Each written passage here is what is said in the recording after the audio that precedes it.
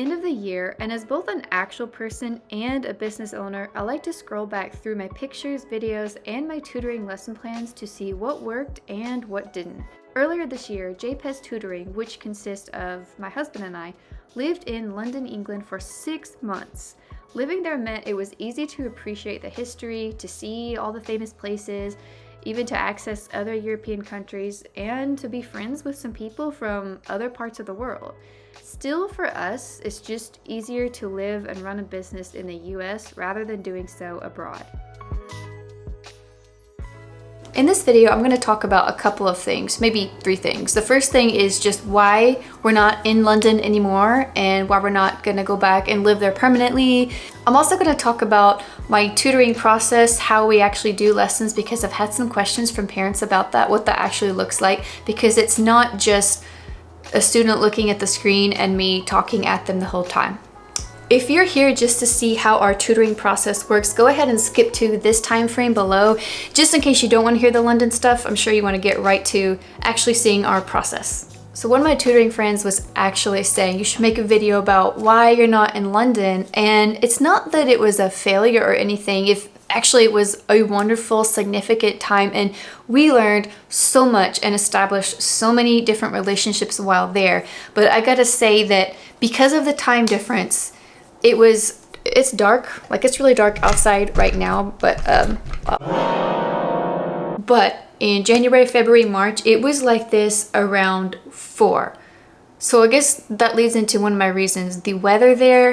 And I don't mean to sound like a weenie, but I'm used to long summers, and you would think that weather wouldn't have that much of an impact since I work indoors anyway, but we spend a lot of our life going, outside and being in nature and being in parks and being around people, and just the constant cold wind. It was about 50 degrees most of the time, obviously Fahrenheit, and after months and months of that, it just really wears on you, and it's very cloudy.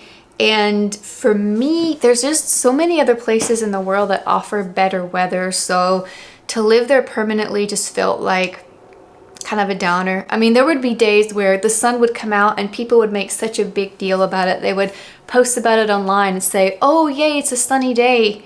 And I thought, yeah, we have that back at home all the time. It made me really appreciate the sun that we have here in the Southeast US, because I mean, we've got sunny day after sunny day after sunny day, even in the winter, and it really does have an impact on your mood, at least on mine it does. Another reason is just the space, the living quarters. We're able to rent a 3-bedroom place here in Georgia for less than $2,000.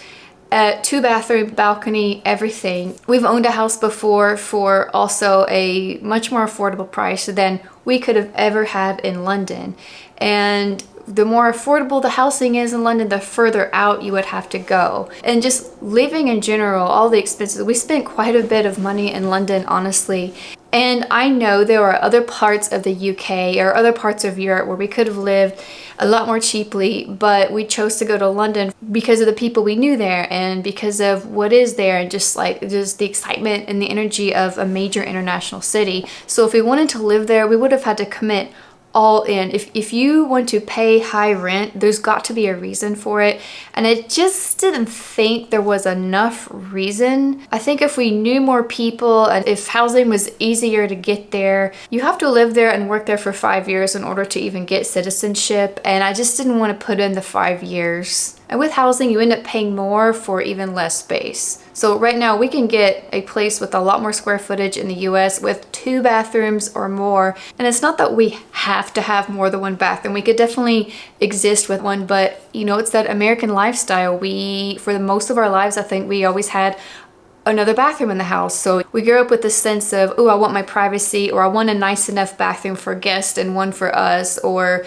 you have one, I have one. We tend to just love to spread out. And when you really want to live somewhere in a city with less space but more to do, you sacrifice things like extra room, even a guest room or extra bathroom.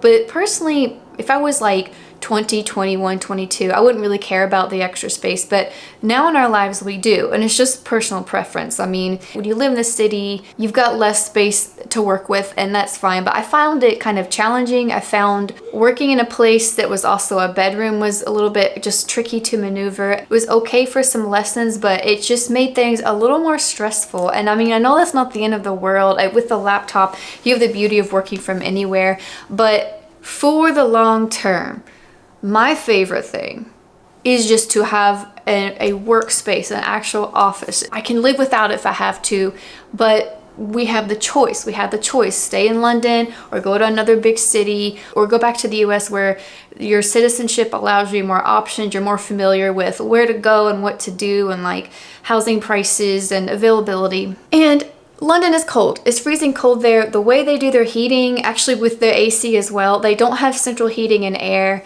And again, something that you can survive without. You can survive without the same type of system that we have here. But I found that even getting in people's cars, they wouldn't care about the heat so much. Like, I felt like a brat saying, can you roll your window up, or can you please turn on the heat in your car? Like, you guys in the UK are some hardy people. Like, living in the southeast, I like the heat on in the winter. I like the AC flowing in the summer. Anyway, I could go on, but just the space, the housing, the living expense, and just comforts. And believe me, like, I am willing to go without some of those comforts for a while. But imagine year after year of living with one bathroom, paying high rent, having cold, long, windy winters, paying incredibly high prices just to heat your apartment or home in order to be comfortable. I mean, there was one day I had 2 hoodies on, like 2 big, like one over the other. And I thought, I've never done this in my life. I wore wool socks indoors. I don't wear wool socks inside in the southeast either. So just some things. I mean, if we went back to do it again, I could do it. But I think over time, the inconveniences of just working in another country and the constant discomfort can really grind on you. And I think if my whole family was over there, if every close friend I had here lived there, then I would want to be there, who would not really care so much about the weather or the higher prices or heating. But on paper, once they made the list of pros and cons, it was just more sensible to be here. And go back and watch some of the London videos, because you'll see that because of the 5-hour time difference, all of our clients were in the US, which meant we were ahead of them. So their 4 p.m. was like London's 9 p.m. So we were up later teaching. And it does wear on you also to wait around all day just to teach really late in the evening. It's something that can be done, but I think sustainably, not for me. I just didn't want to do that for more than a year. Still, if you want to see a lot of cool sites in London or see how we managed to teach over there, I guess it's mostly just me talking about me. My husband Pepper is not usually in the videos, but I like to share just how it looked to be able to teach online. Go back and watch some of these London videos. The links are up in the corner here. I was able to show a lot of kind of touristy things, but a tourist who is actually there for a long time, so you're not going to see just the basic things, and you'll get to see what it was like for us being digital nomads. When I talk about this, I'm mostly going to speak from my perspective, because the way my husband does it is slightly different. I will say what both of us really must have and must require of our students is that they have an email that they're using. So typically that's Gmail. Especially for me, I make sure every student, even if they're like age 11 and they've barely ever emailed before, you've got to have your own email, a Gmail account actually, because the way I function, the way I can handle lessons, the online lessons back and forth, like the way we do our work, the way we write, the way we answer discussion questions, we need a working space. We use Zoom, where you're going to see me and I see them face to face. You need a Gmail account, because that Gmail account will allow me to create a shared folder that the student and I can both use and access at any time at all, 24 hours a day. This shared folder is broken down into PDFs, writing assignments, homework, and sometimes other daily assignments or warm-ups that we work on. So let's lay it all out. You need a Gmail account. You need to, even if you don't have to know how to use it, I always show people how to do it. You will also need to be able to know how to screen share on Zoom. If you don't know how, I always show students how. The value of the shared folder increases over time because it collects all the work. Anything that we type up, any homework assignment, anything is all documented live. So parents can access, I give every parent access to this as well. The only thing parents wouldn't have access to would be like my lesson plans, because those are just notes for me that really wouldn't make sense. Like if we didn't get to something, I might say, ooh, didn't get to this, we'll do it next time. Or let's say I assigned a chapter, read chapter 25 of Tom Sawyer, and I write questions down. Maybe I don't want them to see those questions because when class starts, I will quiz them. The students that have learned the best from us, the best situation for them and for us too, is when there's a quiet working environment, when the student either has their own computer or they have a computer they're comfortable using, that family computer, their siblings' computer, sometimes it's their school laptop, which if it's a Chromebook, it's like hit or miss because Chromebooks don't have as much power. But pretty much every lesson starts out with some chit chat, friendly conversation, getting caught up, and then we review the homework. Most parents and students kind of want homework, or they need it because they need to be able to practice whatever we did together in the previous lesson. And this can take as long as it needs to, or it can be brief. Sometimes students come and they immediately say, I didn't quite understand this, or what did it mean when it said blah, blah, blah. And I love those questions because that means we get right into the review, which allows us to get into the next lesson. Sometimes they warm up with vocabulary review, or I have them write a paragraph. Then we get into the lesson, and instruction can be anything. When I'm using Michael Clay Thompson, we're looking at our textbook, which I screen share a lot. I screen share my ebooks a lot and just show them what we're looking at. Can we think of any more? Well, there are a lot more. There's location, there's compensation, I don't know, something like that. Nice job. Sometimes they have the paper version and I have the ebook version, and it's fine as long as we both know, hey, are you on page 86? Yes. Okay, read off number 1 for me. Okay, and they do.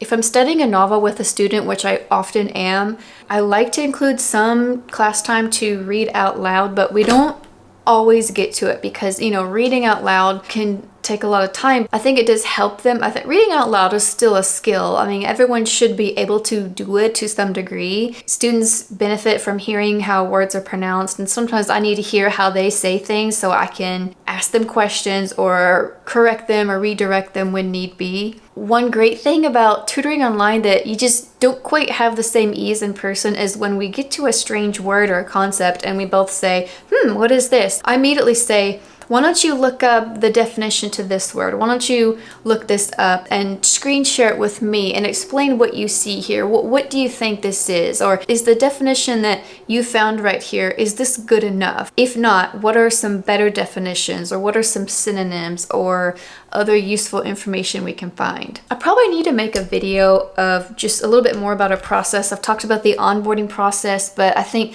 the way the lessons actually go, it evolves some over time, but I have it down now. And the students, once I show them how things work and which websites to access, and you know, once their Google Drive folder and the contents in it become familiar, they are working like lickety-split. They are so fast and they know exactly how to find things. So you as the parent will know what to do because your student will tell you where their work is, where their homework is listed. If not, you can always ask me. There might be some exciting new things coming up. I'm going to keep doing videos here. You can always come and see.